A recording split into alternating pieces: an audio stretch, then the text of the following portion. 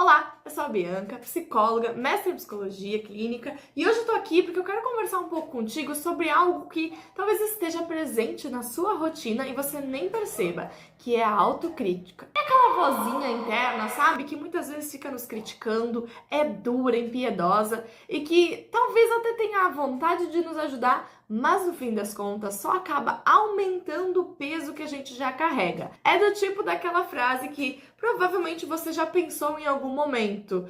Eu nunca faço nada direito, eu não sou bom o suficiente, as coisas que eu faço não dão certo, o outro já viveu coisas melhores ou os outros sempre conseguem. Isso tudo mesmo depois de dar o seu melhor.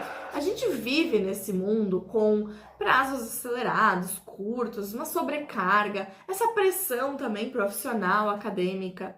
E aí, quando algo dá errado, como um atraso, um erro, um esquecimento, a tendência é sempre a gente voltar essa cobrança pra gente mesmo. Por exemplo, você prepara um trabalho lá que precisou fazer correndo, apresenta e percebe que esqueceu de um detalhe.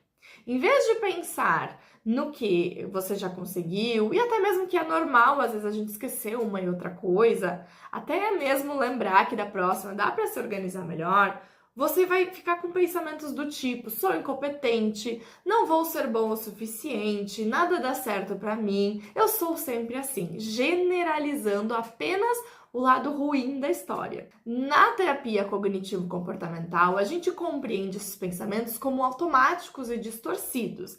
Eles surgem do nada, tá? Sem filtro, e até parecem verdades absolutas. Vou lembrar que eles foram formados por experiências e formas de interpretar a vida de modo geral. Mas eu vou te lembrar que é extremamente normal e esperado que a gente avalie os nossos comportamentos como uma forma constante de melhoria, e até aí é um processo saudável. O grande problema é quando essa autoavaliação fica crítica demais, quando ela distorce ou generaliza a verdade para algo mais negativo sobre a gente mesmo. E aí ataca não só o comportamento que a gente teve, mas a nós mesmos como pessoas, a nossa identidade. Com isso, a gente invalida feitos importantes e acaba potencializando só o que não deu certo, né? Quando a gente olha para a vida como se somente os acertos fossem o que a gente precisa, a gente até esquece que a gente aprende através dos erros também. Quando sentimos que não somos bons o suficiente, o nosso autoconceito é ameaçado. E com isso, o cérebro entende como um ataque. E ele pensa: quem quer me atacar? É a gente mesmo que está fazendo isso. Então aciona o sistema de ameaça-defesa, liberando esse cortisol e adrenalina para algo do tipo: tenho que me proteger. Só que esse estado constante de alerta vai gerando um estresse crônico, que aumenta também o risco de ansiedade e depressão. Ou seja, tá? Acreditar que a autocrítica excessiva vai te ajudar a ser melhor é um tiro no pé. Ela te desgasta, mina a sua saúde e afasta de performar bem, por exemplo. Não é que a autocrítica seja ruim, apenas a autocrítica excessiva.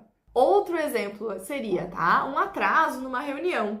E um pensamento excessivo seria: eu nunca consigo ser pontual, sou uma bagunça. Agora, um pensamento saudável, autocrítico saudável, seria: preciso sair antes de casa da próxima vez. Ou seja, aprender com o erro. Outra situação, por exemplo, tirei uma nota abaixo do esperado numa prova. Uma autocrítica excessiva seria: eu sou burro, não adianta tentar. Já uma autocrítica saudável seria entender o que precisa ser estudado numa próxima vez ou até mesmo com mais antecedência.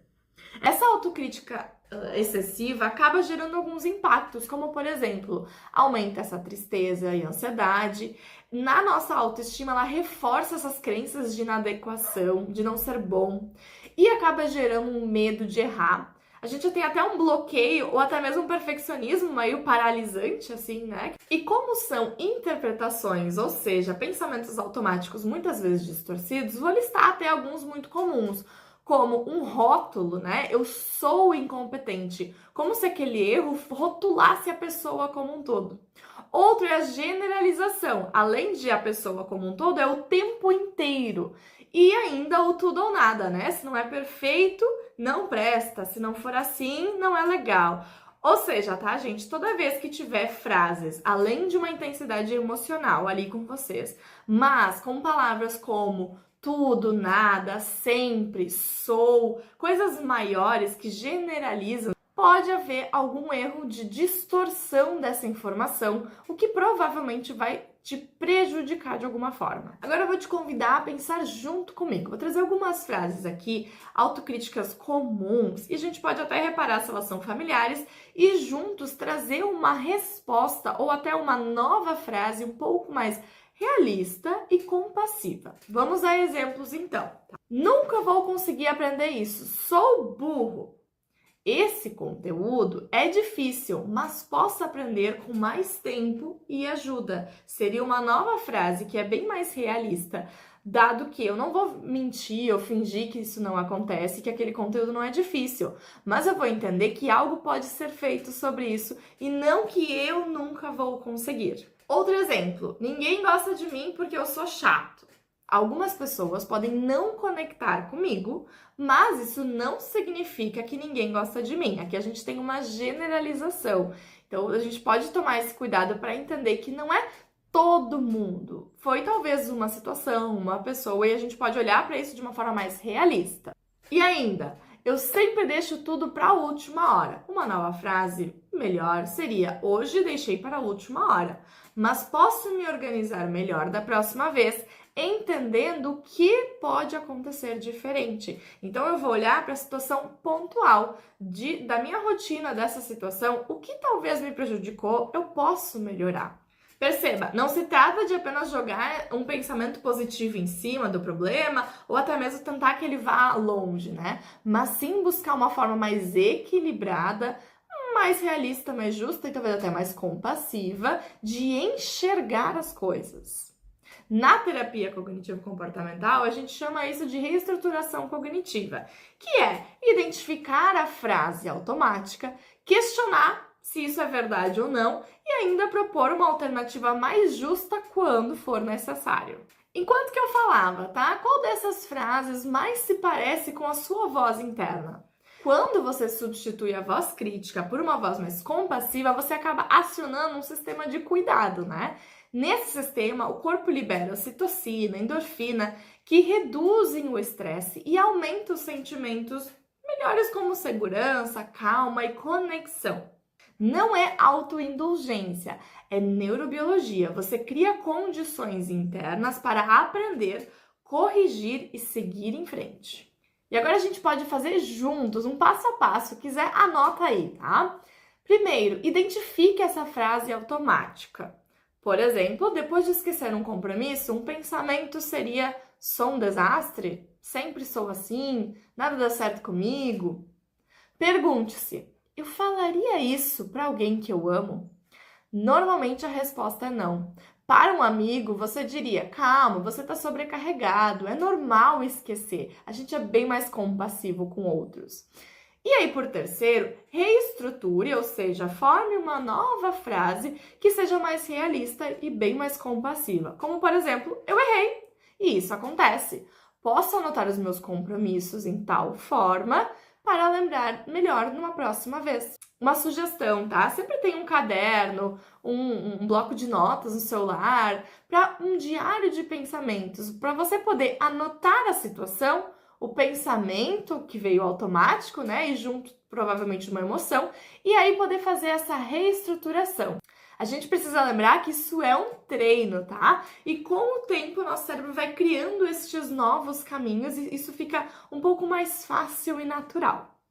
Ainda convido a gente a pensar que quando a gente é muito autocrítico com a gente mesmo, tem a tendência da gente generalizar e ser crítico com outras pessoas ou coisas. Isso pode acabar gerando relações pesadas, exigências demais e pouco espaço para falhas. Afinal, errar é humano, todo mundo faz isso. Uma pessoa, por exemplo, que se cobra muito no trabalho começa a se irritar com colegas por não darem o máximo também, a partir da visão dessa pessoa. Ou alguém que exige perfeição de si acaba exigindo isso de parceiro, de filhos, de amigos.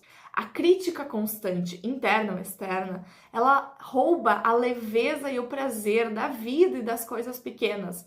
Agora, ser compassivo consigo mesmo acaba também abrindo um espaço para ser mais flexível com o mundo e aí vivendo uma vida mais leve. Perceba que esse estresse do sistema de ameaça não fica só em você, ele pode até transbordar nas relações. De modo geral, então, vimos como a correria se transforma em uma cobrança interna muitas vezes, diante de pensamentos automáticos distorcidos e que acabam ferindo até a nossa própria identidade. Lembrando que existe uma diferença entre a autocrítica saudável, que é olhar para as coisas, e a excessiva, que é olhar somente para os erros.